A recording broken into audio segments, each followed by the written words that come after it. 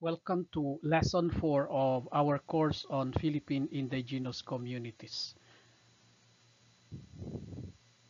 This time, we will continue with our discussion on the laws related to indigenous peoples, and we will proceed to worldviews and approaches. At the end of this lesson, students should be able to 1. Compare and contrast worldviews of indigenous peoples and dominant legal systems regarding land ownership, resource management, and cultural practices. Second, evaluate the effectiveness of existing laws and legal frameworks in addressing the specific needs and challenges faced by indigenous peoples. And third is propose strategies for promoting and upholding the rights of indigenous peoples through legal mechanisms and alternative approaches that recognize their unique worldviews and customary laws. First, let us deal with the conflict between indigenous worldviews and the dominant legal systems in the world. First, let's take a look at the indigenous perspectives on land and resources. Land is seen as sacred and communal, rather than a commodity to be bought and sold. Indigenous management of resources prioritizes sustainability and intergenerational responsibility. Example is the Muyong system of the Ifugao people, which is a forest management practice that preserves biodiversity. Second, dominant legal systems on land ownership. We have these notions. Western legal frameworks prioritize individual land ownership and private property rights. So resource extraction is often tied to economic development rather than sustainability. As an example, conflicts between mining companies and indigenous communities, such as the struggles of the Tiboli and Manobo groups in Mindanao, could be cited.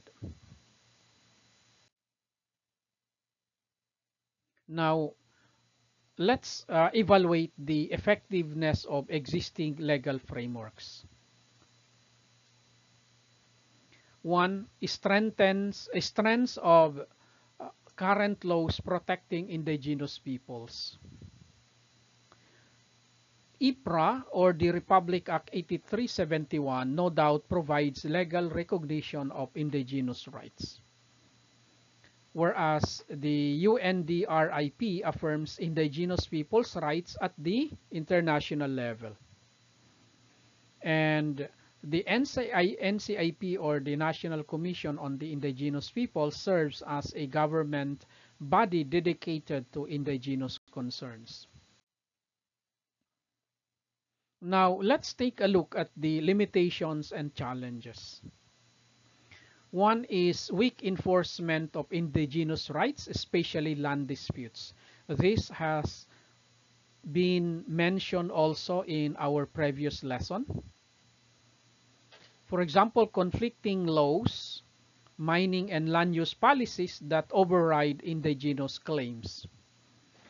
And we have also limited access to legal representation for for indigenous communities. For example, we can cite the displacement of the Aita in Zambales due to infrastructure projects. Now, let's take a look at the strategies for upholding indigenous rights. One is strengthening legal recognition of customary laws. That is, support to support indigenous governance systems along national laws. Recognize indigenous justice mechanisms like the Bodong system of the Kalinga.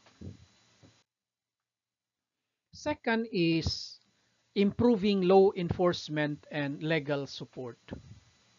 That is to increase funding for NCIP and indigenous legal aid, which unfortunately we cannot see a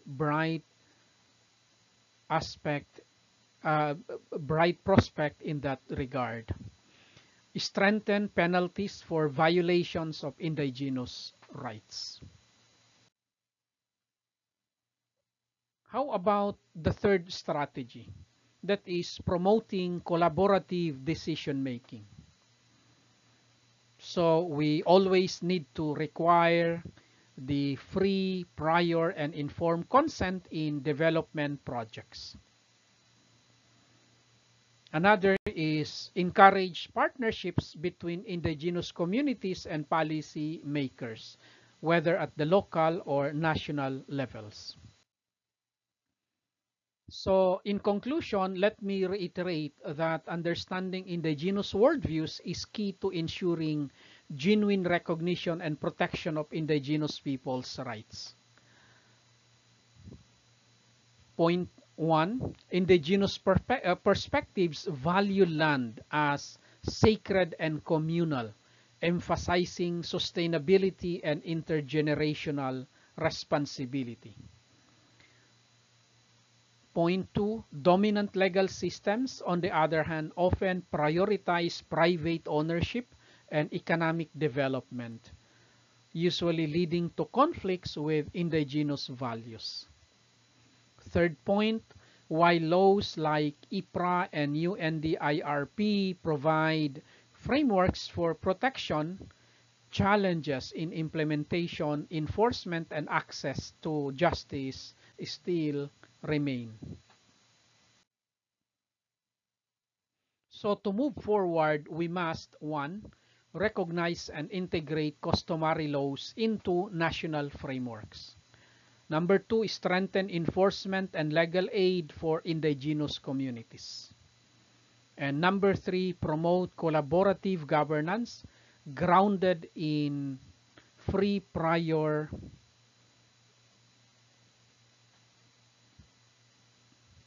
and informed consent and respect for indigenous knowledge. So in conclusion, let me say that empowering indigenous peoples begins with respecting their worldview and ensuring their voices shape the law that affect their lives. So next meeting, we will proceed to lesson 5 about the Constitution, in particular the Declaration of IP, intellectual property rights. Thank you and see you then.